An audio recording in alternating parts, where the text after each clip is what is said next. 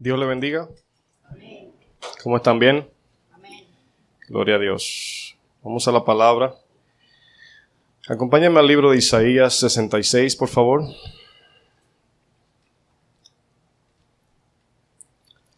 Isaías, capítulo 66.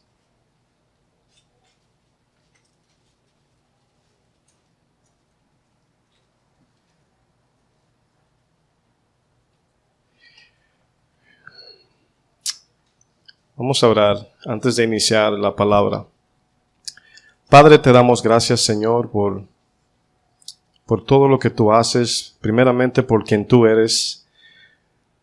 Segundo, por tu Hijo, Señor, que vino, Señor, a morir por nosotros para que hoy tengamos vida en ti, Señor.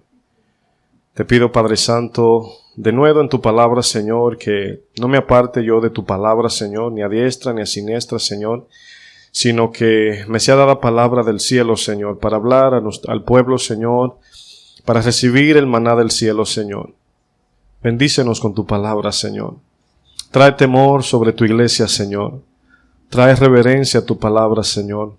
Unge mis labios, Señor, que tu Espíritu Santo sea hablando a todos nosotros, Señor. Aún siendo yo la voz, que sea yo el primero recibiendo, Señor, para poder hablar de parte tuya, Señor. Padre, trae temor en nosotros. Trae sensibilidad, Señor, en el Espíritu, Padre. Ayúdanos a discernir tu palabra. Ayúdanos a recibir lo que el Espíritu quiere decir a la iglesia claramente. Ayúdanos, Padre. Gracias te damos en el nombre de Jesús. Dice el verso 1. Y Jehová dijo así: el cielo es mi trono y la tierra estrado de mis pies. ¿Dónde está la casa que me habréis de edificar? ¿Y dónde el lugar de mi reposo? Mi mano hizo todas estas cosas, y así todas estas cosas fueron, dice Jehová. Pero miraré a aquel que es pobre y humilde de espíritu, y que tiembla a mi palabra. El que sacrifica bueyes como si matase un hombre, el que sacrifica oveja como si degollase un perro. El que hace ofrenda como si ofreciese sangre de cerdo, el que quema incienso como si bendijese a un ídolo.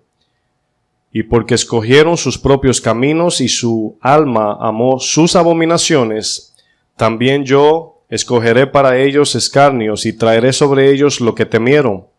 Porque llamé y nadie respondió, y hablé y no oyeron, sino que hicieron lo malo delante de mis ojos, y escogieron lo que me desagrada.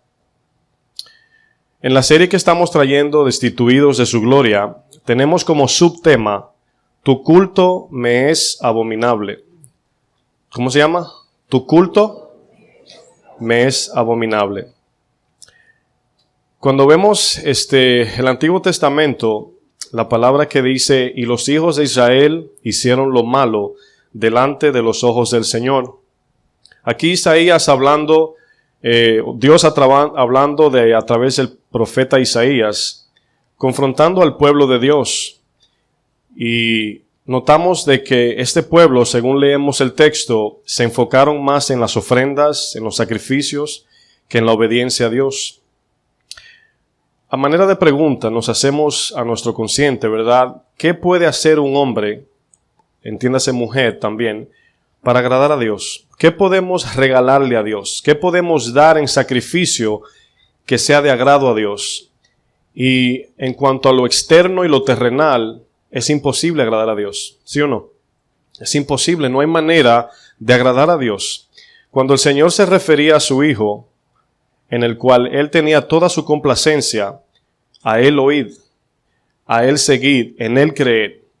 Cuando Cristo vino a la tierra, vino con el fin de pagar el precio que usted y yo debíamos a Dios. Él vino con el fin de ir a la cruz para que todas nuestras iniquidades y pecados que desde Adán hasta el día de hoy se cometen, Cristo fuera la propiciación, o sea, el cambio de pecados, y fuéramos justificados ante el Señor. El propósito de los sacrificios en sí no era si el animal era sin mancha, si era impecable o si era un animal de buen valor. No llevaba en sí ese mensaje. El sacrificio que el Señor demandaba Bueno, si analizamos la palabra sacrificio, ¿qué es un sacrificio? Bueno, es despojarnos de las cosas que nos duelen o de las cosas que amamos. Entonces, cuando usted se despoja de lo que usted más ama, ¿verdad? Usted se está sacrificando. Entonces, cuando el Señor nos pide, ¿verdad?, que hagamos sacrificios a Él, ¿qué nos está pidiendo? Es una buena pregunta. Sacrificio sin obediencia era abominación al Señor. Y por esa razón de allí extraje el tema. Dice el Señor en el verso iniciando, dice, el cielo es mi trono. Imagínese la grandeza del Señor, donde el cielo es su trono. ¿Sabe alguien aquí la medida que tiene el cielo? ¿Alguien? Nadie, ¿verdad? No tiene medida. Dice que, bueno, según los que estudian ciencia, es infinito y dice que se expande cada vez más. Y dice luego que la tierra es el banquillo de mis pies, ¿verdad? Es donde el Señor acomoda sus pies. Sabemos que todo esto es un análisis para ver la grandeza de Dios, pero aún así sabemos que es mucho más grande de ahí. Y utiliza el Señor iniciando Isaías 66, cerrando este libro, diciendo, hablando quién Él es. Cuando nosotros venimos a la iglesia, cuando nosotros vivimos la vida cristiana, todo, como decía la alabanza, todo depende de quién es Él. Mi confianza está inclinada a quién es Dios, no quién yo soy en Él, sino quién es Él en sí. Pero cuando reconocemos quién es Dios, es cuando exactamente podemos ver nuestra desnudez. Vemos el contraste de su santidad, de su justicia. Y en el verso 60, en el capítulo 66, al inicio, está hablando de una grandeza que es imposible de imaginar. Tratamos hasta donde no alcance y vemos su grandeza. Ahora, cuando usted ve algo tan grande, tan temible y tan perfecto y santo y justo, ¿a qué nos conlleva eso? Nos debe conllevar al temor, ¿sí o no? Nos debe conllevar a humillarnos ante Él y nos debe llevar a entender lo insignificante que somos nosotros. O sea, la presencia de nuestro Dios cuando se aparece en la Biblia y a nosotros debe de humillarnos, no debe de exaltarnos y sentirnos más que nadie, sino humillarnos. Miren lo que dice el verso 3. Asegúrese de poner una marca en Isaías 66 porque vamos a ver muchos versos. Dice, el que sacrifica buey es como si matase a un hombre. El que sacrifica oveja como si degollase un perro. El que hace ofrenda como si ofreciese sangre de cerdo. El que quema incienso como si bendijese a un ídolo. Dice, y porque escogieron sus propios caminos, dice, y su alma amó sus abominaciones. El Señor le llama abominación a toda esta ofrenda, sacrificio, holocausto, todo lo que era ceremonial, le llama el Señor abominación. Abominación en el hebreo significa algo que es nauseabundo, algo que le da, algo terrenal, algo inmundo que le da náuseas al Señor. Si usted piensa en una comida, usted puede comerse una comida que no le gusta, ¿verdad? Podemos comer algo que no nos gustó, pero ¿nos comeríamos algo que nos da náusea? ¿Verdad que no? Entonces aquí la interpretación de lo que es abominación a Dios es náusea. O sea, no es que no le gusta, náusea. Esa es la parte que el Señor dice, no me desagrada. La definición de abominación también es repugnante. Y no sé si recuerdan el texto de Apocalipsis 3:16 a la iglesia de Laodicea, donde dice, por cuanto eres tibio, no eres ni frío ni caliente, el Señor dice, te vomitaré de mi boca. Es una palabra muy fuerte viniendo del Señor. Por cuanto eres tibio, no eres ni del mundo ni de Dios, sino en el medio. O sea, eso es lo que se llama hipocresía. Dice el Señor, te vomitaré de mi boca. Porque estás en el mundo y estás en la iglesia, así dice el verso, abominable me eres. Una de las cosas que le pasaba al pueblo de Israel, y es donde nosotros no debemos caer, es que comenzaron a permitir cosas que en sí no eran pecado. Más bien eran cosas que conllevaban al pecado. Eran el vehículo, era como la puerta a comenzar a caminar y a desviarse de la palabra de Dios. Entonces, por esa razón siempre enfatizo, no queriendo yo ser legalista, más bien tener discernimiento espiritual de que el Señor nos diga qué nos puede conllevar a pecar. Y, por ejemplo, le hago un ejemplo. Yo conozco un pastor que ya murió, de buen testimonio, donde el pastor se hizo muy famoso, la iglesia creció mucho, y siempre me ministra esa parte donde la misma iglesia le dijo que le podía dar un sueldo de $12,000. O sea, le dijo, hay dinero para pagarte esa cantidad. Y el pastor le dijo sabiamente, con 2,000 mi esposa y yo vivimos. Y usted diría, bueno, pero se lo está dando la iglesia. Y yo diría, un hombre sabio. Él sabe dónde está su tentación. Él sabe dónde no puede adentrarse para no caer en la tentación. Quizás no era un hombre avaricioso. Quizás veía que eso lo podía llevar a una tentación. Ahora pregunto, ¿era malo él recibir ese sueldo de $12,000? En sí no. Pero él entendía en su corazón que si lo hacía, le iba a pasar a lo que dice Proverbios 30, que dice el predicador dice, Señor, manténme de lo necesario, ni me dejes en necesidad para que el enemigo no se aproveche, ni me des de más para que no me olvide yo de tu nombre. Y eso es sabiduría, entender nuestras debilidades y ponernos un pare, porque el pecado comienza es con la confianza en nosotros. Entonces el pueblo de Israel se fue desviando porque fue insensibilizándose de manera gradual, pero despacio. O sea, no fue que decidieron el lunes, dijeron mañana martes nos vamos a apartar de Dios. Fue gradualmente, al pasito, despacio, despacio, poco a poco. Y yo quiero enfatizar, hacer un paréntesis en lo que nos puede pasar a nosotros también. Todos estamos en esa posición donde podemos ser desviados, ¿verdad?, por las cosas terrenales y muchas cosas. Hay lo que se llama engaños que calman la conciencia. En el caminar cristiano, yo le llamaría como una moneda, donde tiene dos caras. Cada cosa tiene dos caras. Por ejemplo, bueno, somos salvos por fe, ¿sí o no? Pero se necesita responder a esa predicación. O sea, no es que Dios nos necesita para salvarnos, sino necesita una respuesta que es la voluntad. Decimos, sí, creo en ti, ¿sí o no? Bueno, tenemos una cara de la moneda que es la palabra, pero la otra cara que completa la moneda es el Espíritu Santo. Con la palabra nos llenamos y en el Espíritu actuamos. Es conocimiento y obras, ¿sí o no? Entonces vemos que hay dos de cada cosa. Ahora, también así como hay dos, en lo malo y lo bueno también es muy parecido. Hay obras buenas que parecen de Dios y hay obras de Dios que no parecen buenas. Pero ¿cómo sabemos todo esto? ¿Cómo podemos discernir lo que es de Dios o no? Se necesita el Espíritu Santo, ¿sí o no? Necesitamos tener discernimiento espiritual. Miren lo que dice Tito 1:15. Si me acompañan allá, por favor. Tito, capítulo 1, verso 15.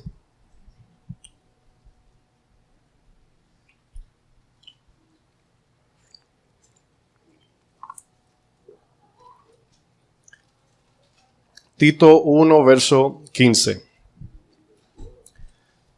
Dice, todas las cosas son puras para los puros, mas para los corrompidos e incrédulos nada le es puro.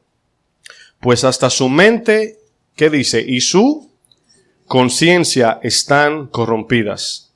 El verso 16 dice, profesan conocer a Dios, pero con los hechos lo niegan, siendo abominables y rebeldes, reprobados en cuanto a toda buena obra. ¿Qué es ser cristiano?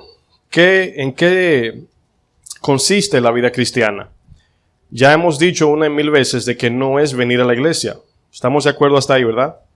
No es leer la Biblia, no es orar, no es participar en eventos religiosos. La vida cristiana dice aquí que es por los hechos, lo que evidencia nuestra fe. Dice, profesan conocer a Dios. O sea, personas que dicen, gloria a Dios, Dios te bendiga, el Señor esté contigo, estoy orando por ti, estoy leyendo la Biblia, estoy en el curso en el instituto.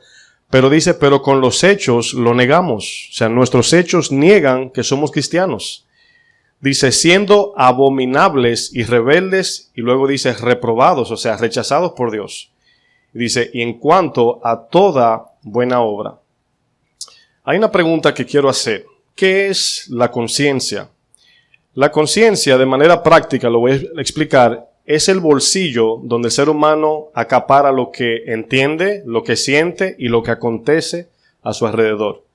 Por ejemplo, Dios le predica al mundo, aparte del evangelio, por la conciencia.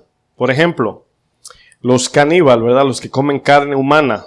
Bueno, yo pregunto siempre, ¿por qué no se comen su propio pie? ¿Por qué no comienzan un día que tienen mucha hambre y no aparece la comida? ¿Por qué no comienzan comiéndose su pie? Porque tienen las leyes en su corazón. Ellos saben lo que es bueno y lo que es malo, ¿verdad? Nadie nunca usted lo va a ver echándose la comida por los oídos, ¿verdad que no? Entonces, el Señor nos hizo seres razonantes, o sea, razonamos, seres racionales. Entonces, la conciencia es lo que el Señor utiliza para hablarle al mundo, pero también al cristiano. La conciencia es cuando usted se siente pesado. A mí me pasa, siempre digo esto, me pasa que cuando me siento pesado de conciencia, como que me siento como sucio, voy a decir. Y normalmente yo oro, digo, Señor, ¿qué hice? O sea, a lo mejor hice algo que me cortó la gracia y no me di cuenta, pero siento que no tengo tu paz.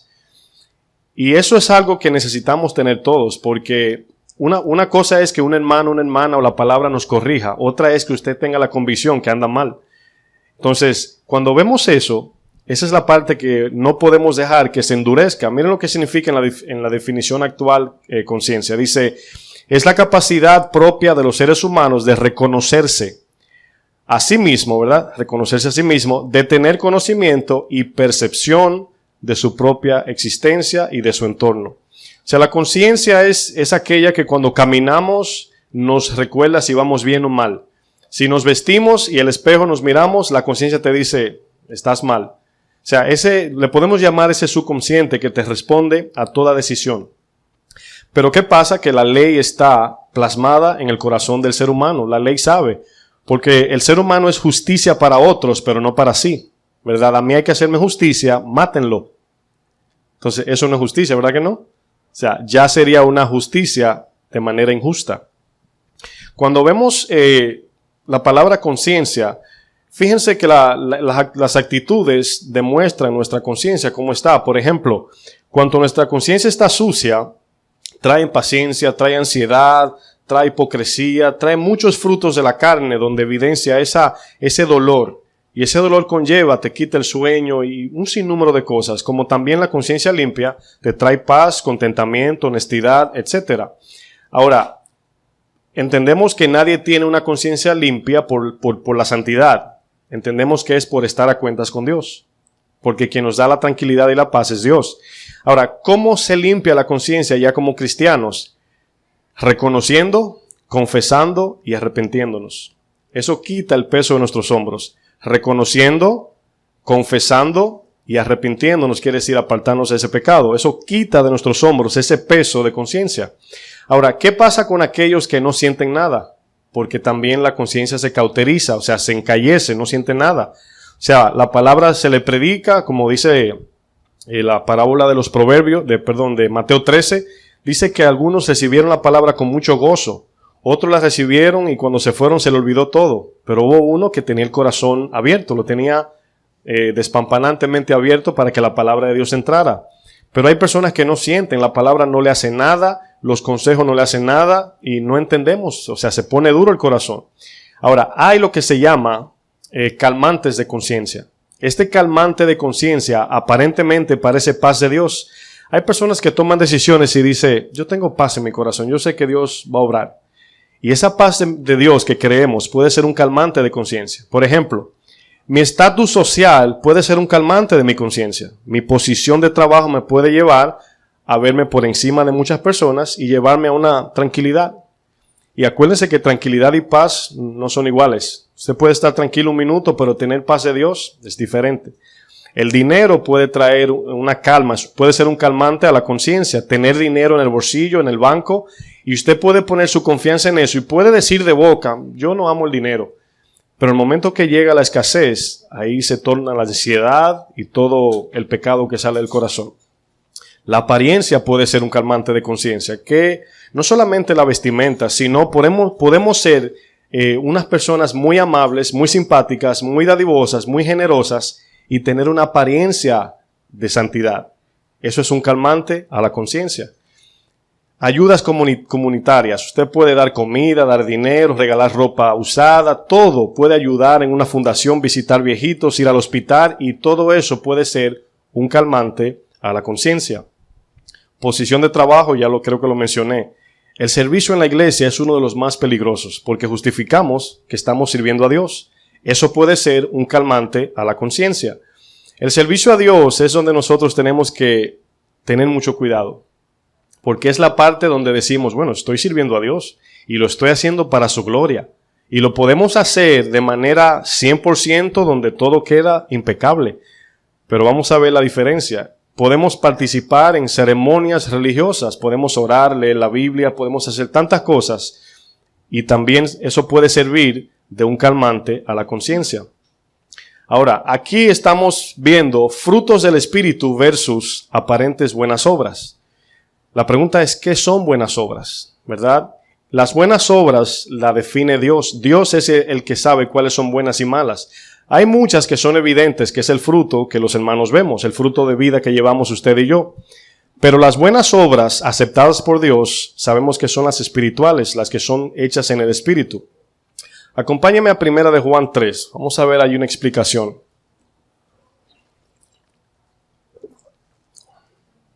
Juan, 1 de Juan, capítulo 3, el verso 18.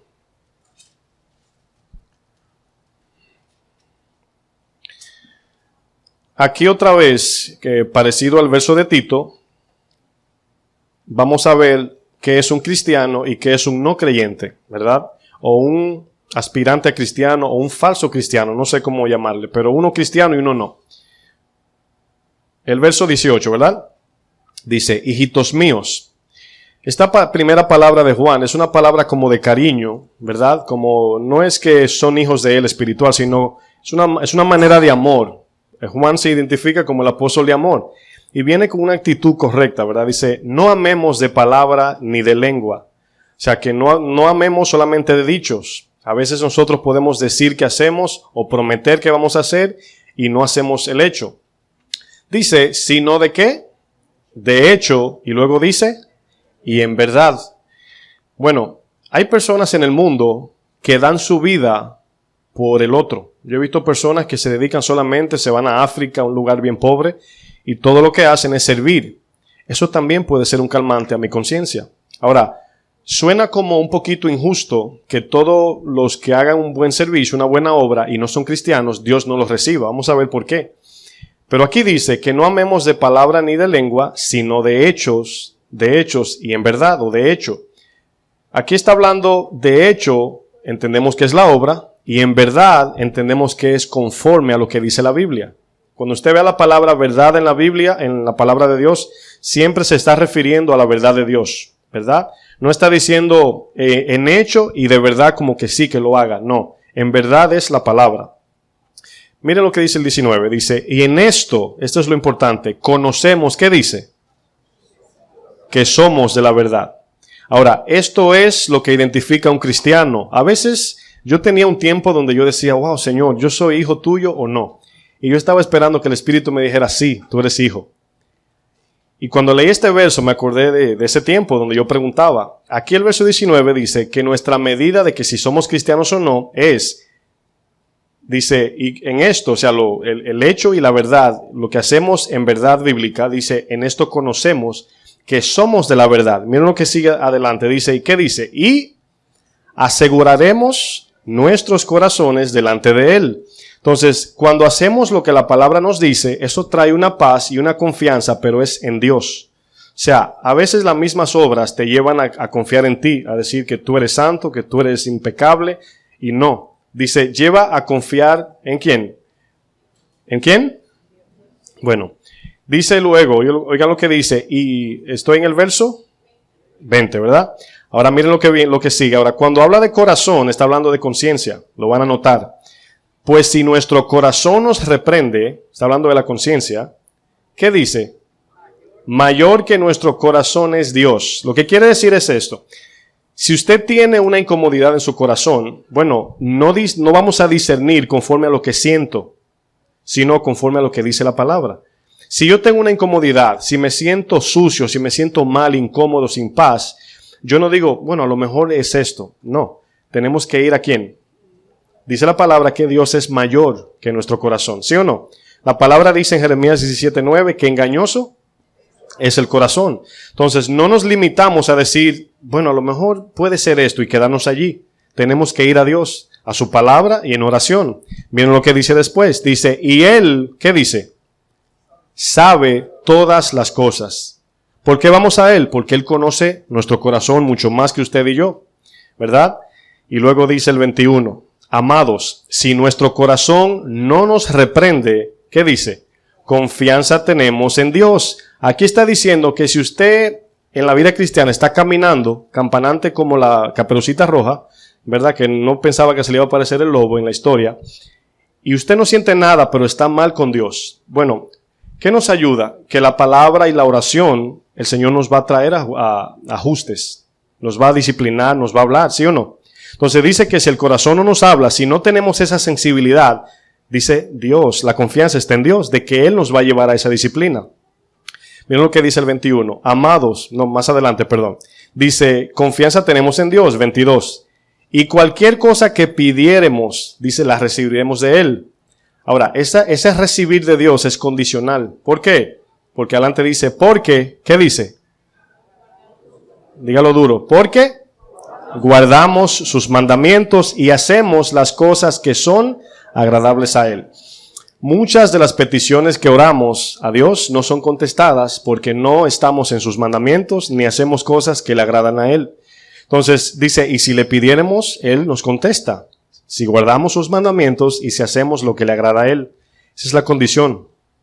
Engañoso, mis hermanos, es mucho el corazón. Cuando sabemos que nuestro corazón no nos engaña, bueno, no, vamos suponiendo algo, hacemos la pregunta, estamos aquí todos en la condición donde no sentimos nada, estamos insensibles, ¿verdad?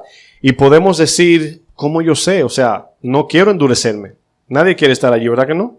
Entonces, ¿qué hacemos? Bueno, vamos a Proverbios 2, vamos a ir a muchos versos. Deje una marca en Isaías 66.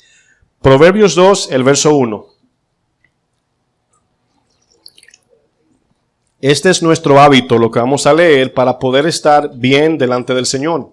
O para poder tener por lo menos la puerta abierta para estar bien delante del Señor. El verso 1, ¿están ahí? Proverbios 2. ¿Llegaron todos?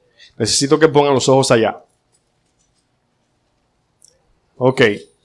Aquí siempre sabemos que quien habla es Dios por la palabra inspirada, pero a través del predicador. La primera palabra que dice, hijo mío. Ahora bien, si recibieres mis palabras y mis mandamientos guardares dentro de ti. ¿Qué quiere decir esto? Bueno, cuando leemos la Biblia, ¿verdad? Y vemos una porción que dice algo que va conforme a mi necesidad. Y leemos, ¿verdad? Digo yo, wow, ese soy yo. Eso que dice la Biblia me está hablando a mí. Entonces, ese verso, usted lo medita, lo estudia, lo escudriña, trata de consumir ese verso hasta que saque todo lo que pueda de él. Una vez usted termine, entonces usted tiene que estar meditando en ese verso, porque Dios le habló que hay que corregir eso. ¿Van conmigo? ¿Están entendiendo?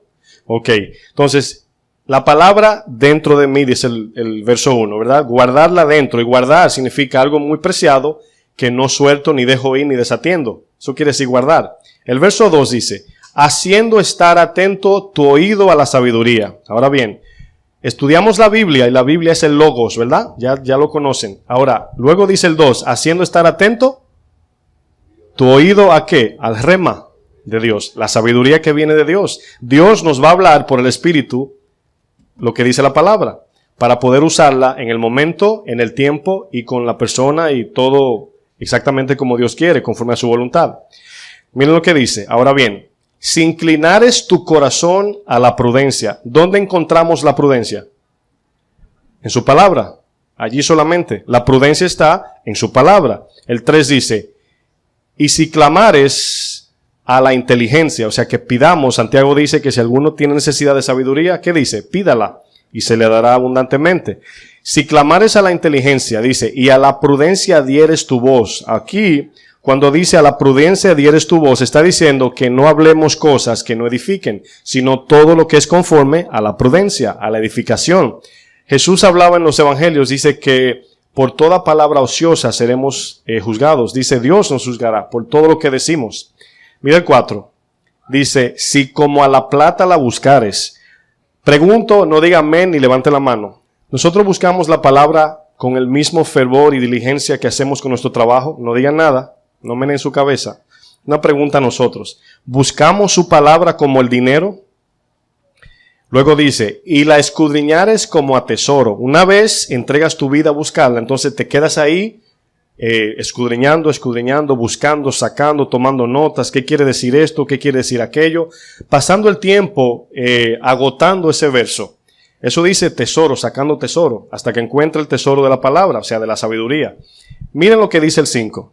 Dice, entonces. ¿Qué quiere decir entonces? Bueno, después que hayas hecho todo lo anterior, entonces entenderás el temor de Jehová y, ¿qué dice? Hallarás el conocimiento de Dios. Ahora, hay una posibilidad que usted y yo estemos endurecidos en áreas de nuestra vida, que no entendemos, que a lo mejor estamos torcidos. Pero la esperanza y la confianza en Dios tiene que venir de nosotros hacia Dios. O sea, nuestra esperanza viene de Él, pero la tenemos en Él. Entonces, mientras disciplinadamente estudiamos y oramos y le pedimos a Dios que nos dé un corazón de justicia, que nos transforme, que nos purifique en su palabra, va a llegar el tiempo donde eso que usted no ve en usted, lo va a encontrar. Si buscares como a plata, si la buscares como tesoro, llegará el tiempo donde la palabra te va a hablar que tú vas a llorar. ¿Por qué? Porque a veces tenemos posiciones y creemos que vamos derecho. Y todo el mundo te ve torcido, pero tú te ves derecho. Entonces, cuando la palabra te habla, que tú haces así, comienzan las lágrimas, porque comienzas a pensar esa posición que tenías anterior y decir, yo pensé que andaba derecho. ¿Sabe por qué duele? Porque a veces viene altivez en nosotros cuando llegamos a cierto nivel. Y por eso es que hay que ser humildes. Cuando vemos aquí la palabra, si nuestro corazón no nos reprende, la palabra reprender significa kata ginosko del griego. Kata significa abajo, lo terrenal. Ginosko es conocer. Si lo unimos es hallar falta o encontrar la falta, hacer la falta visible, en otras palabras.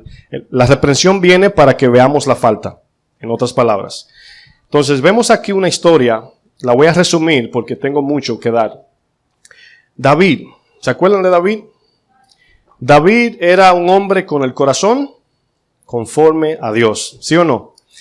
Y cada pecador y cada vez que nos excusamos nos agarramos de David, ¿verdad? Bueno, David pecó y era un hombre conforme al corazón de Dios. Pero ¿qué pasó con David? David hizo una pequeña desobediencia en sus ojos, pero para Dios no fue pequeña. Esa fruta que Adán mordió era pequeña, la fruta, pero la desobediencia fue grande. Porque le desobedecimos a Dios. La desobediencia toma tamaño, es cuando vemos a quién desobedecimos. Y Dios es grande, sus mandamientos son grandes, su presencia y su persona es grande, ¿verdad? Entonces, vemos que David estaba supuesto a estar, no en la guerra, no, al frente, dirigiendo la batalla o la guerra. Y decidió quedarse en su casa a descansar. A veces suena uno legalista cuando uno predica en contra del mucho descansar. La gente dice, hay que descansar. Claro que sí, Dios lo dio, ¿sí o no? Pero todo tiene su tiempo. No era tiempo de descansar. David tomó una decisión para él simple. Una simple desobediencia lo llevó a él a algo catastrófico. Se queda en el palacio, está descansando, se pone su batola, como digo yo, de hotel y comienza a caminar. El palacio, ¿verdad?, queda un poquito más alto que todas las casas, el palacio del rey. Y me imagino yo, no lo dice la Biblia, que todos los hombres deberían estar en la guerra. Entonces Betsabé salió a bañarse. Dice ella, bueno, como la mayoría de los hombres están para la guerra, bueno, déjame aprovechar y bañarme. Y coincidencialmente coincidió la parada, ¿verdad?, en el balcón de David y ella. Y vio su desnudez y por ahí comenzó una catástrofe de problemas. Al punto donde murieron hijos de él, el hijo que tuvo de ella, el primero, ¿saben que murió? Un hijo de David violó a otra de sus hijas, o sea, la gracia se fue de su casa. Cayó el juicio de Dios. Yo quiero enfatizar el corazón conforme a Dios que tenía David. Lo vamos a ver en un momento. Pero ¿qué pasa? Que cuando vemos 1 Samuel 11, entre 1 Samuel 11 y 1 Samuel 12, en el 11 habla de lo que hizo y en el 12 viene la reprensión de Natán, del profeta. Pasó aproximadamente un año. Ahora, cuando yo estudié esa parte que dije, wow, pasó un año que el Señor no hacía nada. Puede que nosotros estemos en una posición donde no pasa nada, donde Dios no nos reprende, no nos disciplina y no pasa nada, pero llegará. ¿Qué nos salva de eso? Estar a cuentas con Dios. Traer todo y aún las cosas que no sabemos. Señor, examíname. Cada día, Señor, desnúdame espiritualmente. Saca lo que hay escondido. Imagínese David gozándose con Betsabé. ¿Se lo puede imaginar? En la carne se estaba gozando. Estaba diciendo, bueno, Dios me bendijo con una buena mujer, me imagino. ¿Se imagina usted que hacía sacrificios David? ¿Y hacía su ceremonia regular? Sí, todo lo hacía. Pero Dios no estaba allí. Esa es la palabra Ikabod, quiere decir se fue el Señor. Su gloria no estaba allí. Pero todo el mundo veía al rey haciendo toda la ceremonia, pero Dios no estaba allí. Hasta que un hombre de Dios, usado por Dios, se le acerca. ¿Cómo se llama el profeta? Natán. ¿Cuántos necesitan un Natán que le abra los ojos? Yo necesito uno también. Viene Natán y se le para al frente y utiliza una historia irónica.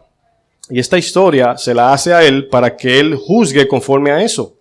Y fíjense cómo nosotros somos rápidos para juzgar, pero difícil para aceptar.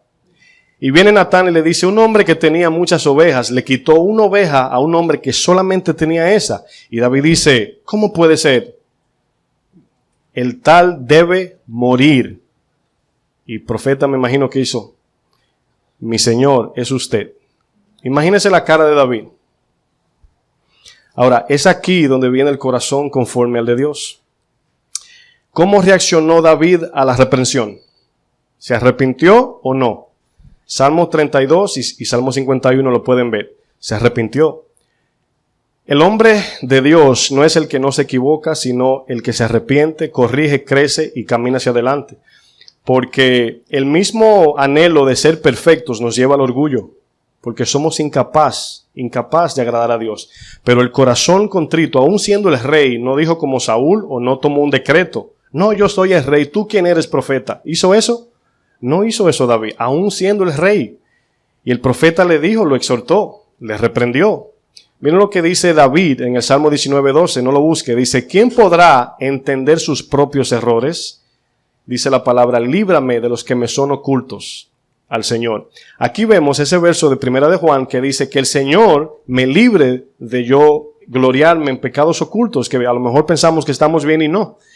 Pero la confianza en la palabra nos va a llevar al arrepentimiento. ¿Lo pueden ver? Pero hay que ser honestos, porque si viene la reprensión, a veces nos justificamos, decimos, no, yo no. Y aquí David no hizo eso. Cuando vemos que el Señor entregó su ley a Moisés en Éxodo 20, el propósito de la ley no era para cumplirla, pero el propósito de cumplirla era para que cuando trataran de cumplirla se dieran cuenta que era imposible. Era imposible cumplir la ley. Eran unos mandamientos demasiado duros, y no solamente duros, imposibles porque eran espirituales y los hombres no tenían el Espíritu Santo. Entonces, cuando comienzan en su carne a querer cumplir la ley, eran aceptados o eran recibidas las obras los que confiaban en Dios. Los que tenían un corazón humilde, un espíritu pobre. ¿Se acuerdan de Jesús en el Sermón del Monte? Bienaventurado los pobres de espíritu. Pero fíjense que la recompensa está hablando porque de ellos es el reino de Dios. ¿Qué quiere decir que el reino de Dios es de ellos? Bueno, que esos son los que van a guiar el reino de Dios para el mundo, para que ellos reciban la salvación.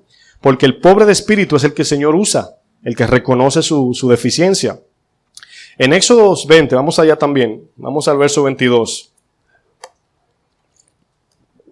Allí termina el Señor de darle los mandamientos a ellos, hablándoles del cielo, se lo entregó a Moisés, ¿verdad? Los 10 mandamientos. Pero luego, en el 22, el Señor manda levantar un altar. Y aquí vemos que el Señor les dice, yo le he hablado desde el cielo, o sea, les he hablado desde lo más alto, para que vean mi santidad, mi justicia, mi poder, que yo no soy como ustedes. O sea, utilizó eso como un contraste para que sepan que quien habló fue Dios. Y mira lo que dice el 22, dice, y Jehová dijo a Moisés, así dirás a los hijos de Israel. Notan que el Señor no hablaba con ellos, sino con el mediador, que es un símbolo de Jesús. Dice, vosotros habéis visto que he hablado ¿desde dónde? Desde el cielo con vosotros. Dice, no hagáis conmigo dioses ¿de qué? De plata ni dioses de oro os haréis. ¿Qué está diciendo el Señor aquí? El Señor, vamos a leer el 23 para que tenga más sentido, porque si no se va a perder. 23 dice, no hagáis conmigo dioses de plata ni dioses de oro os haréis. 24, altar de tierra para mí y sacrificarás sobre él, ¿qué dice? Tu holocausto, tu ofrenda de paz, tus ovejas y tus vacas. En todo lugar donde yo hiciere que esté la memoria de mi nombre, vendré a ti, ¿qué dice? Y te bendeciré. Ahora, ¿qué pasa? Aquí vemos un diseño del altar que no era mucho, era de tierra. Era pilar tierra y poner allí, ¿verdad?, el animal y quemarlo. Fue el mismo altar que hizo Elías. Pero nos preguntamos por qué el Señor dice que no lo hagan de plata, de oro. Más adelante dice, y si me hicieres altar de piedra, dice, no lo labres con cantería. O sea, que no haga escultura en él. Ahora, ¿qué pasa? Hoy en día, cuando usted entra a una iglesia católica, ¿verdad? Que usted está a la puerta mide como 6 hombres de alto, ¿verdad? Y usted mira el techo y usted ve las estatuas, usted se siente como intimidado, usted mira el techo altísimo, las estatuas te miran así como que te van a abrazar, tienen un Cristo allí hasta lagrimeando sangre, o sea, usted se siente como abrumado por todo lo que ve. Entonces luego viene el sacerdote con una voz misteriosa y usted se siente tan presionado con todo el escenario más que con lo que dice el sacerdote. El Señor le dijo esto para que no se enfocaran en las obras de sus manos, en el diseño de sus manos. Pero este altar de tierra simboliza a usted y a mí. Insignificantes somos. Ahora notan que el agrado a Dios no es lo bonito o lo dedicado que tú le sirves. Es hacer lo que Él te dice que hagas fielmente. Si Él te dice, no te muevas, quédate ahí parado, sé fiel en eso y agradarás a Dios y lo honrarás y lo glorificarás en eso. Pero aquí el Señor fue muy específico. Preguntan, pero entonces Salomón hizo uno de madera y oro. Bueno, eso simboliza después de Cristo, que Cristo, la madera somos nosotros y el oro nos cubrió, la santidad nos cubrió, y la gente cuando nos ve no sabe que por dentro somos de madera, pero por Cristo nos ven por fuera de ¿cómo? De oro. Entonces aquí notamos el sacrificio simboliza a Jesús. El altar de tierra simboliza a usted y a mí, la insignificancia que usted y yo somos, o lo insignificante, y el sacrificio simboliza a Cristo. Entonces, notamos de que cuando el Señor dice, no lo labres, solamente hazlo como te digo, Cristo vino igualmente así, vino que no tenía parecer. Juan el Bautista vino sin parecer, ¿se acuerdan? No vino con vestiduras de sacerdote ni nada de eso. Entonces, el Señor, miren lo que dice el 25 para retomar. Y si me hicieres altar de piedras, no lo labres de cantería, porque si alzares herramientas sobre él, la palabra profanar que está ahí dice, lo vas a violar mi ley, o sea, violarás mi ley. Y ya no va a ser aceptable, sino que va a ser una abominación. Porque el hombre es como, le voy a poner un ejemplo. Cuando el Señor se manifiesta en la Biblia, siempre van a notar que utiliza lo más insignificante para que la gloria no sea del hombre. ¿Qué dice la Biblia entre el Espíritu Santo y nosotros? Que lo preciado es Dios y nosotros somos el vaso de barro. Que somos fácil de desbaratar y volver a hacer. Somos fácil de que no nos acepten por la apariencia exterior. Pero el poder está dentro, el poder no está en la apariencia, no está en qué tanto cantamos duro la alabanza o bajito, si levantamos manos o no, eso es lo que está dentro del corazón. Entonces, eso solo ve Dios. Por eso es que pueden haber gente que cante duro y ame a Dios y gente que cante duro que no ame a Dios. Entonces, nuestro discernimiento no es basado en lo de afuera, sino en lo de adentro, en lo que la palabra dice. Aquí notamos el Señor claramente que da especificaciones para el sacrificio, luego da los mandamientos. Vamos a Romanos 12:1 otra vez. Digo otra vez porque lo hemos estado leyendo por unos meses. Romanos 12:1. En este verso que vamos a leer se resume el culto a Dios. Y en el 2 nos habla de que así es donde sabemos su voluntad perfecta y agradable. ¿Están en el 1? Cuando ven el libro de Hebreos, allí habla de todo lo que Jesús hizo conforme al rito o a la ceremonia. Jesús lo cumplió todo en él. Todo eso que el hombre hacía, Cristo lo cumplió para siempre en él. Y Romanos 12:1, miren lo que dice. Dice, así que, hermanos, Pablo utiliza esta palabra ruego. Yo me imagino a Pablo llorando, escribiendo esta carta o temblando, porque dice, les ruego por las misericordias de Dios. O sea, sabiendo que todo lo que nosotros adquirimos o recibimos o estamos aquí es por su misericordia, porque Él nos perdonó, fue su gracia que nos alcanzó. Entonces, Él pone la misericordia de primero para que sepamos que aún cumpliendo con este mandamiento, es por misericordia de Dios y soberanía. ¿Lo pueden ver? Dice más adelante, dice que presentéis vuestros cuerpos en sacrificio vivo. Cuando se sacrificaba un animal, ¿verdad? Sabemos que simbolizaba a Jesús. Una vez Jesús fue a la cruz, ya no más sacrificios. Entonces ahora, El Señor de cabritos nos hizo corderitos a nosotros. Entonces ya nosotros vamos a la presencia del Señor como una ofrenda. Y pregunto, la ofrenda de Jesús, ¿verdad? ¿Qué tanto dio Jesús? Todo, ¿verdad? Ok, no se le olviden eso, porque le voy a decir algo luego. Entonces vemos aquí que el sacrificio vivo es nuestra vida, entregar nuestra vida. ¿Qué es dejarlo todo? Usted y yo sabemos, para agradar a Dios. Ese dejarlo todo, usted sabe lo que es. Cuando vemos aquí el rito, ¿verdad? Que es el culto racional, que significa nuestro servicio a Dios, dice sacrificio vivo y luego dice santo. Ahora, el darlo todo, ¿por qué dice luego santo? Bueno, está hablando apartados del mundo, apartados del pecado. Santo significa consagrado o separado. Y luego dice agradable a Dios, que es vuestro culto racional. ¿Qué es el agrado de Dios? Hacer lo que Él dice, su voluntad. Presentamos nuestro cuerpo en sacrificio vivo. Nos apartamos del pecado, todo lo que la carne quiere, yo lo crucifico, dice Gálatas 5:24. Luego vengo en sacrificio santo, que es conforme a la palabra, purificación en ella cada día y mi mente. Y luego el tercero es agradable a Dios, que es hacer la voluntad de Él, es buscar la dirección del Señor. Acompáñeme ahora a Marcos 12:41.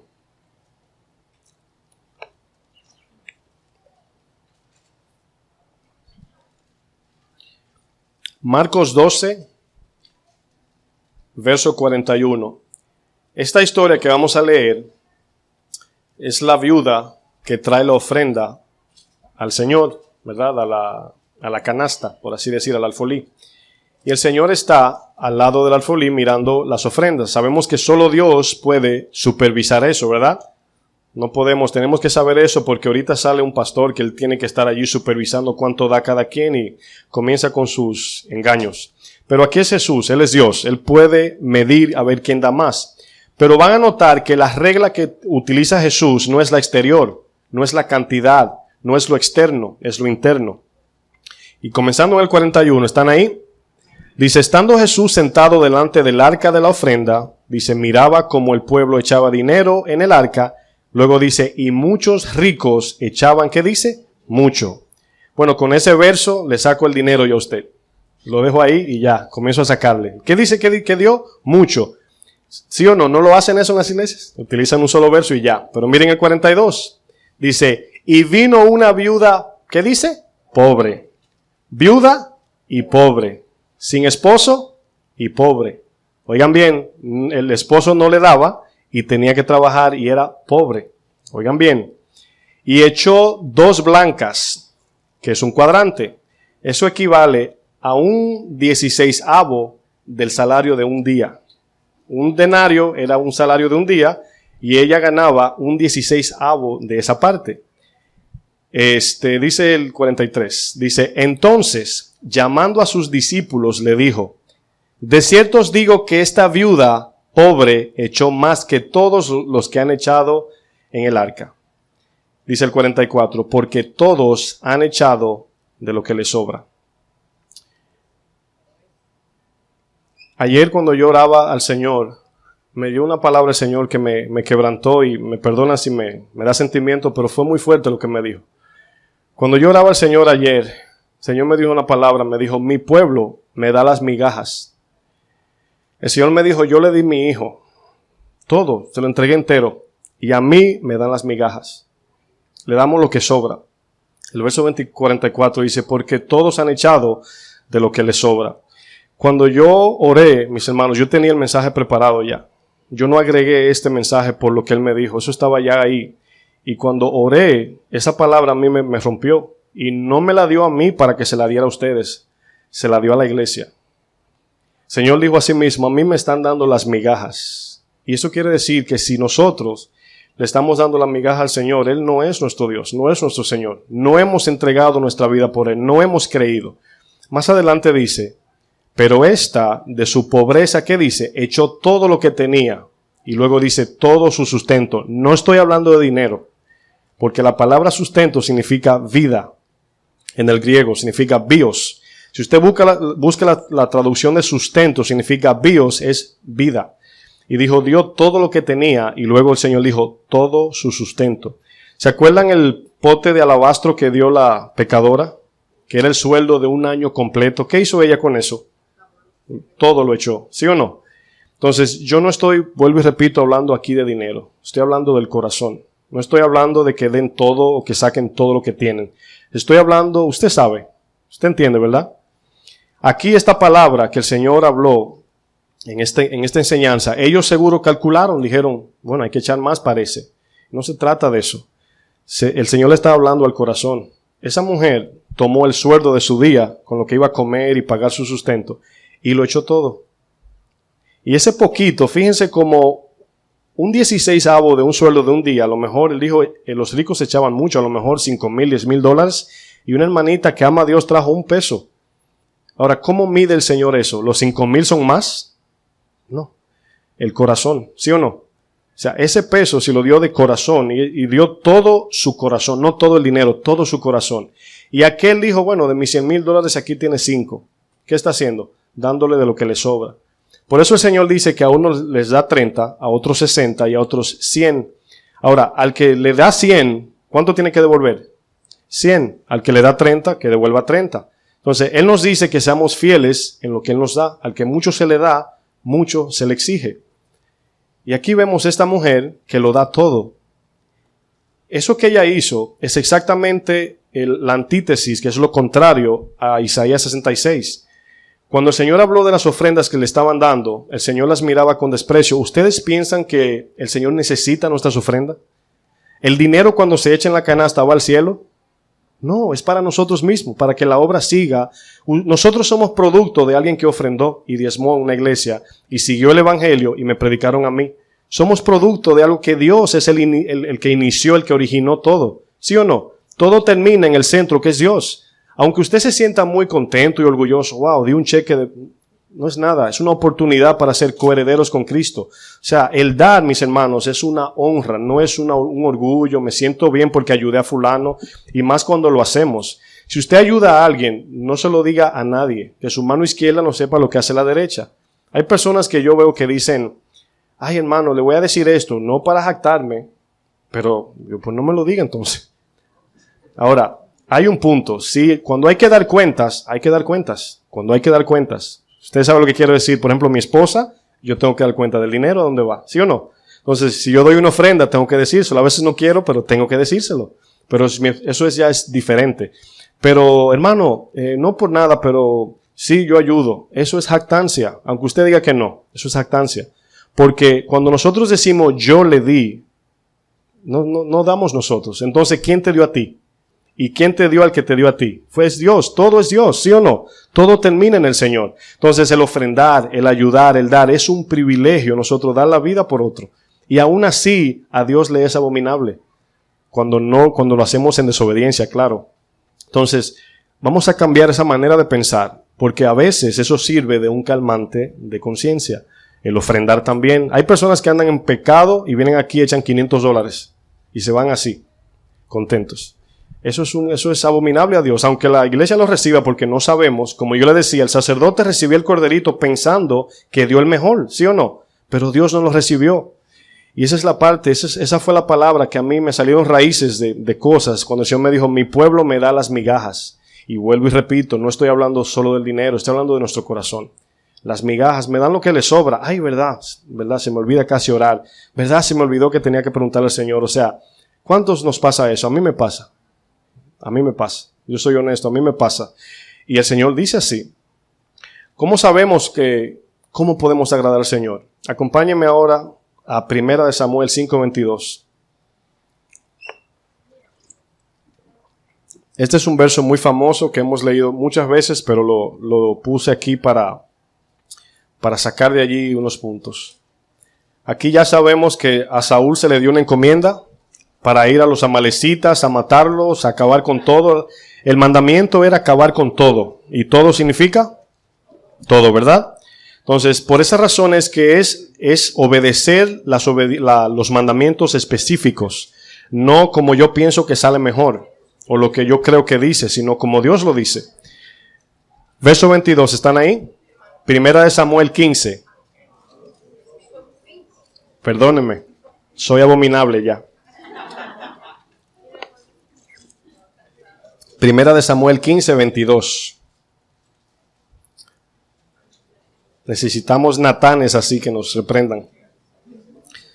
Aquí vemos, vuelvo y repito, el mandamiento se le dio a Saúl para que fuera a hacer una encomienda de parte de Dios, un mandamiento específico. Y cuando viene de allá para acá, viene Saúl con todo el botín y todas las riquezas de ese pueblo. Vio allá dinero, vio animales, todo lo mejor de ellos. Y lo trajo. Ahora, todo esto le es abominación a Dios. Todo lo que traemos que es externo. Y miren lo que dice aquí Samuel, le dijo al rey. Él es rey en ese tiempo. Dice Samuel, ¿se complace Jehová tanto en los holocaustos y víctimas? ¿Qué viene siendo holocaustos y víctimas en este tiempo? Bueno, ofrendar, diezmar, ir a la iglesia, incluso leer la Biblia, ayudar, hacer obras, adorar, cantar a Dios. Eso se puede convertir en víctimas y holocaustos. Y mira lo que dice, como en que se obedezca a las palabras de Jehová. Dice, ciertamente el obedecer es mejor que los sacrificios y el prestar atención que la grosura de los carneros. El 23 dice, porque como pecado de adivinación es la rebelión, y como ídolos e idolatría la obstinación. Por cuanto tú desechaste la palabra de Jehová, Él también te ha desechado para que no seas rey. Aquí hay dos cosas que quiero exaltar. ¿Se complace el Señor en holocaustos y víctimas, tanto en como que se obedezca a su palabra? O sea, en lo primero es la obediencia, ¿sí o no? Por ejemplo, ¿qué dice la Biblia cuando traemos la ofrenda? ¿Que primero qué? Si tenemos algo contra nuestro hermano, que lo arreglemos primero y luego, dijo, deja tu ofrenda allí. Claro, no te la lleves. Pero antes de echarla, arréglate con tu hermano. ¿Qué es más importante, la ofrenda o el pecado? O sea, la santidad en este caso. Cuando el paralítico, siempre digo, fue el Señor a bendecirlo para sanarlo. ¿Lo sanó primero o le perdonó sus pecados primero? Primero lo espiritual y luego viene y trasciende en lo externo, lo carnal o lo físico. Entonces aquí dice, el Señor quiere primero obediencia y no sacrificio. Podemos sacrificarnos mucho y puede ser un calmante a la conciencia. Pecado de adivinación es la rebelión y como ídolos e idolatría, la obstinación. ¿Qué es rebelión? Rebelión es resistir la autoridad o desobedecer. Así simple. Desobedecer a lo que Dios nos dice que hagamos. Eso es rebeldía. Obstinación es terquedad o una persona con la dura cerviz, como eran los fariseos, y sin entendimiento, personas que tú le dices y no entienden. Tú le hablas y es como ellos dicen. Eso es obstinación. Son personas fijadas en una idea que es contraria a la que se le está compartiendo. Pero notamos que la idolatría y la adivinación en el libro de Levíticos y en el Pentateuco es un pecado ¿de qué? De muerte.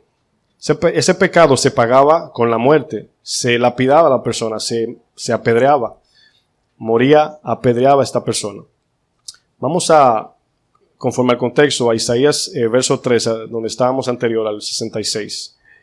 Vamos ahora a examinar cómo el Señor ve aquí todas esas ofrendas.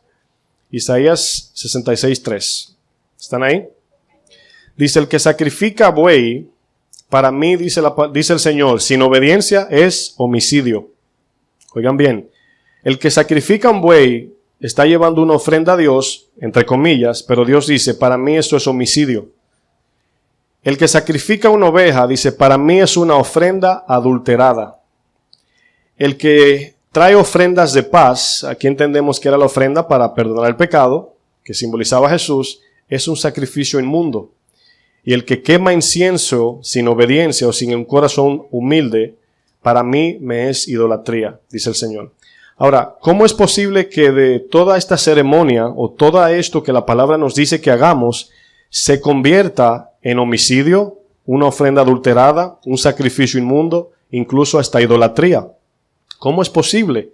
Bueno, porque el enfoque central no es la ofrenda en sí, es el mensaje que lleva la ofrenda.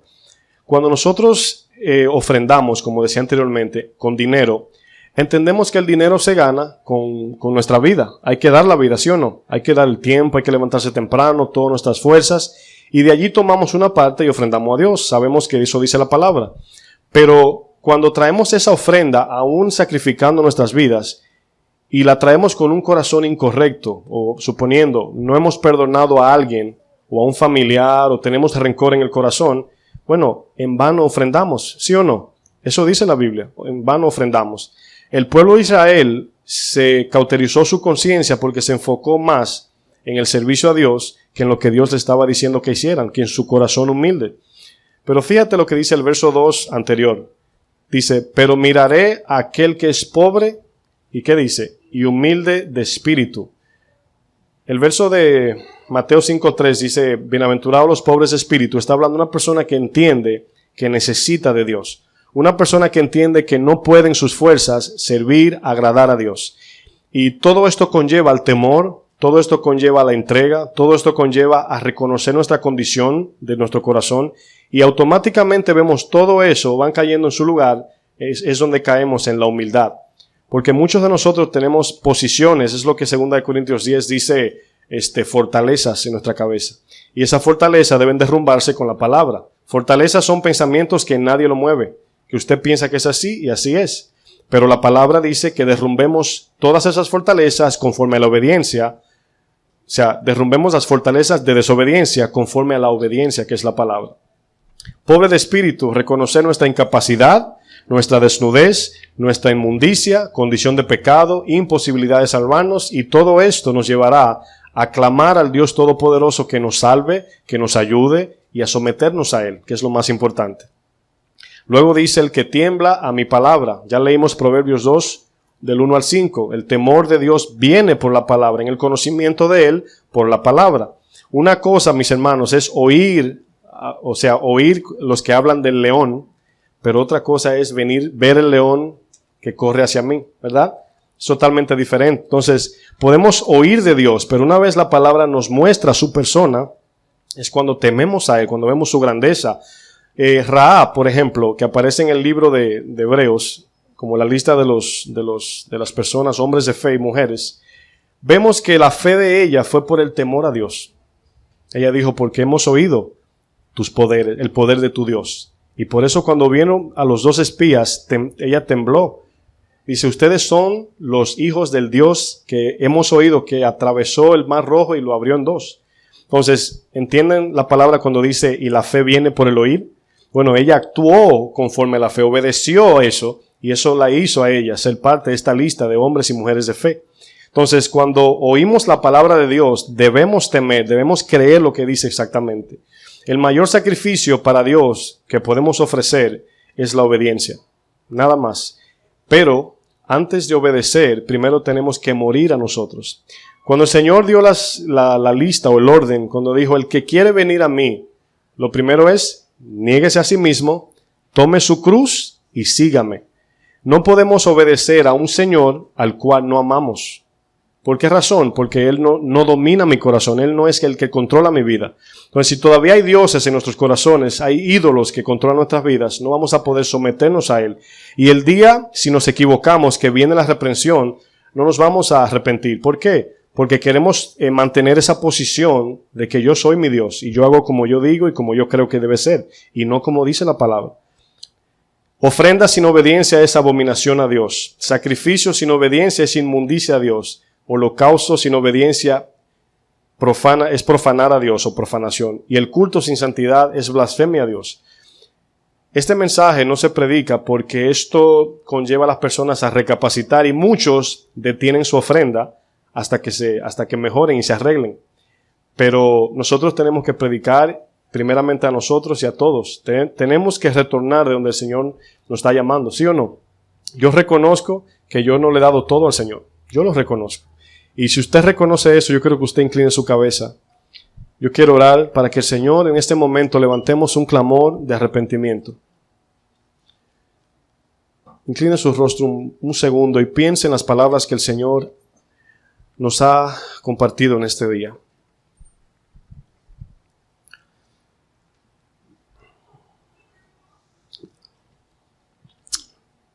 Yo quiero que usted medite en que el Señor, aún siendo Dios, como dice Romanos 5:8, y nosotros siendo pecadores, aún así, Él murió por nosotros. Nuestro arrepentimiento tiene que comenzar primero reconociendo quién es Él. Cuando sabemos quién es Dios, su grandeza, su poder, su santidad, sus demandas, y cómo Dios opera o obra, sabemos ¿En qué condición estamos? Siempre digo, Dios no va a negociar su santidad con nosotros. No importa qué tan grande sea la ofrenda. No importa qué tan grande o qué tanto tú trabajes en la iglesia. No importa qué tanto prediques. Todo lo externo. No importa si no obedecemos, si no nos entregamos de corazón, si no le damos todo a Dios. Vamos a fallarle. Es exactamente el verso de Mateo 7:22 que dice: apartaos de mí, hacedores de maldad, porque hacían. Si usted va a un taller a arreglar su vehículo y cuando el mecánico termina de arreglarlo, le entrega las llaves de su carro y le dice: mira, necesitas poner este tipo de aceite. Si no lo haces así, no se te va a dañar el carro. Pero ¿qué pasa? Que donde tú vives no lo venden el aceite o tu dinero no te alcanza y decides no ponerles aceite sino de otro. El carro se te daña a la semana y se lo traes al mecánico. Dice: mecánico, se me dañó el aceite. Y el mecánico te dice: apartaos de mí. Y tú le dices: pero yo le puse aceite. Y él te dijo: pero no del que yo te dije. Es exactamente por lo cual ese verso encaja perfectamente. Hacemos, pero no lo que Dios nos dice. Padre, Señor, que estás en los cielos. Estamos aquí, Señor, delante de ti, mi Dios. Hemos pecado, te hemos fallado. Reconocemos, Señor, que no te hemos dado todo. Tú dices, Señor, que te hemos dado migajas, Señor. Del tiempo que me sobra, del dinero que me sobra, todo lo que me sobra te doy un poco. Perdónanos, Señor. Señor, tú no nos has pagado conforme a nuestras iniquidades. Tú no has actuado, Señor, conforme a nuestros pecados. Aún así, tú sigues fiel, Señor. Sabemos que con una palabra, Señor, nos consumes. Y como tu palabra dice, Señor, no nos ha pagado conforme a nuestras iniquidades, sino que tus misericordias nos alcanzan. Estamos, Señor, en tiempos difíciles y tú estás a la puerta. Nos estás llamando al arrepentimiento, a la santidad, a corregir. Nos estás llamando a ponernos a cuentas contigo, Señor. Pero depende de cada uno de nosotros la respuesta. Tú estás dispuesto, Señor. Tu mano no se ha cortado, Señor. Ni tu oído se ha agravado. Levantamos, Señor, en este momento un clamor, Señor. Perdónanos si me aparté. Perdónanos si me enfrié. Perdónanos si te estamos dando las migajas. Perdónanos si confiamos en nuestro corazón. Perdónanos, Señor, si no estás agradado, Señor, con tu iglesia, Padre. Padre, te damos gracias, Señor, por tu luz. Gracias por tu palabra, Señor. Gracias, Señor, porque tú eres santo. Gracias por tu soberanía, Señor. Oh, Señor, que tu Espíritu Santo, Señor, hable a cada corazón que está aquí. Que tu Espíritu Santo nos dé la confirmación, la convicción necesaria, Señor. Háblanos, Señor, el corazón. A cada uno de nosotros, en lo individual, sabemos lo que tenemos que cambiar. Glorifícate, Señor, en esta hora. Glorifícate, Padre. Háblanos, Señor. Examina lo más profundo de nuestro ser. Señor, cuídanos de los pecados más ocultos en nosotros. Si no hemos perdonado, si tenemos rencor del pasado con algún familiar, un amigo, una amiga, si hemos estado robando en el trabajo, si hemos estado haciendo cosas ilícitas, si hemos estado mintiendo, si hemos estado adulterando, Señor, si hemos estado perdiendo el tiempo, si no estamos orando, escudriñando tu palabra, si no hemos trabajado en la santidad, en la purificación, si no hemos organizado nuestros hogares, Señor, perdónanos, Señor. Ayúdanos, Señor. Examínanos en esta hora. Llévanos, Señor, a ese pecado, Señor, a esa falta que quizás no estamos viendo, Señor. Llévanos a ese lugar, Señor, de tu santidad, donde tu santidad refleja mi pecado, mi suciedad, mi incapacidad de salvarme a mí mismo, Señor. Háblanos, Señor, en esta hora. Háblanos, Señor. Abra su corazón al Espíritu Santo, que Él le hable. Solamente habla su corazón. Sea honesto ante Dios para que Él pueda purificar, para que Él pueda sacar de allí toda suciedad, todo lo que a Él no le agrada, para que estemos sin mancha y limpio en su venida. Él quiere limpiarnos, Él quiere santificarnos, nos quiere puros. Una iglesia diferente que vive no solamente de palabras, sino de hechos. Hoy puede ser el inicio de un arrepentimiento para caminar en integridad con Dios, que nos ayude a entender cada día sus caminos, que nos ayude a cambiar nuestra mente, nuestra manera de pensar, que nos duela el pecado, que nos duela lo que a Él le duele, que seamos sensibles a su voz, que no nos endurezcamos, como dice la palabra, si oyereis hoy su voz, no endurezcáis vuestros corazones. Abramos el corazón, seamos tierra fértil a la palabra, que el Señor deposite allí su reprensión, su disciplina, su guía, su instrucción, su convicción, todo lo necesario para volver al camino. Si nos hemos apartado, para volver al camino. Ayúdanos, Señor. Háblanos. Estamos aquí, Señor, esperando tu palabra, Señor. Sabemos, Señor, que te hemos fallado. En gran manera, Señor, te hemos fallado. Hemos pecado solamente contra ti, Señor. Perdónanos, Señor. Perdónanos, Padre. Si nuestros hijos están sufriendo las consecuencias de nuestras iniquidades, Señor, si nuestras esposas, los esposos, están sufriendo iniquidad, consecuencias de iniquidad, perdónanos, Señor. Sana nuestra tierra, Señor. Queremos apartarnos, Señor, de todo mal, todo pecado, toda inmundicia, Señor. Limpiar nuestras vidas, Señor. Ayúdanos, Padre.